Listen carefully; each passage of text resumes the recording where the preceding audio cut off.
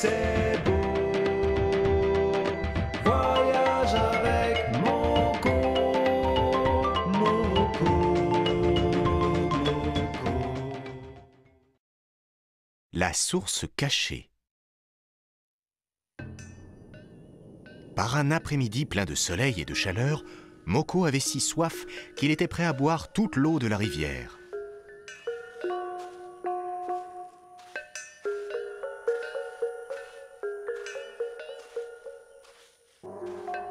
Mais quand il arriva sur la rive, quelle ne fut pas sa surprise! La rivière était asséchée. Il ne restait que quelques flaques et de la boue.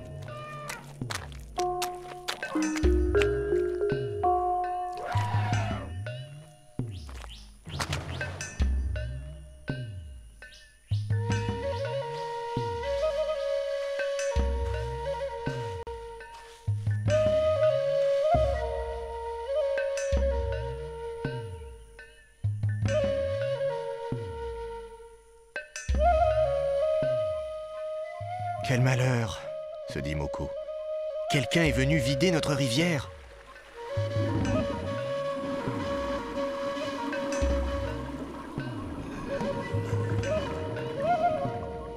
Moko était très ennuyé. Le soleil était de plus en plus chaud et Moko avait de plus en plus soif.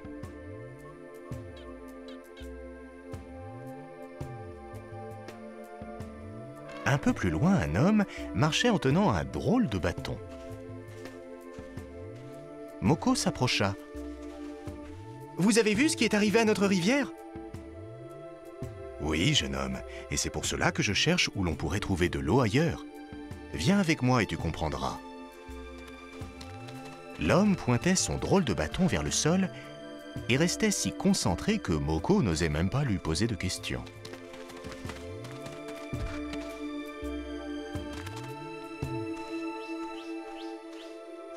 Soudain, l'homme s'arrêta de chercher et dit « Nous devons creuser ici. » Moko se mit à creuser la terre sans hésiter et comme par miracle, de l'eau se mit à jaillir. « C'est merveilleux !» cria Moko. « Comment avez-vous fait ?»« Je suis ce que l'on appelle un sourcier, mon garçon. Avec mon bâton, j'interroge la terre et elle me dit où l'eau peut bien se cacher. » Sur ces mots, l'homme poursuivit sa route à la recherche d'autres sources. Moko but tout ce qu'il pouvait tant il avait soif. Et il rentra chez lui. Il ne comprenait toujours pas comment cet homme et son bâton avaient pu faire. Une chose était sûre, lorsqu'il n'y avait plus une goutte de pluie, la terre pouvait devenir bien généreuse si on savait lui parler.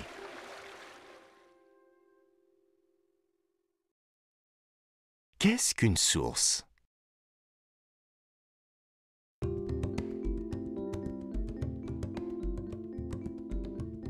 Une source est l'endroit où de l'eau sort naturellement de terre. Les sources d'eau proviennent de zones sous la terre que l'on appelle nappes phréatiques. Ce sont en réalité des couches de terre souterraines imbibées d'eau comme une éponge mouillée. Les nappes phréatiques sont alimentées par la pluie. Elles sont peu profondes, mais cependant très grandes et peuvent s'étendre sur des milliers de kilomètres carrés.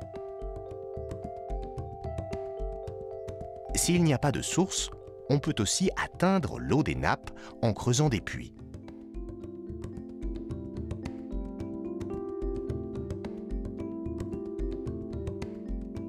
Parfois, quand l'eau est très serrée sous la terre, elle peut jaillir comme une fontaine.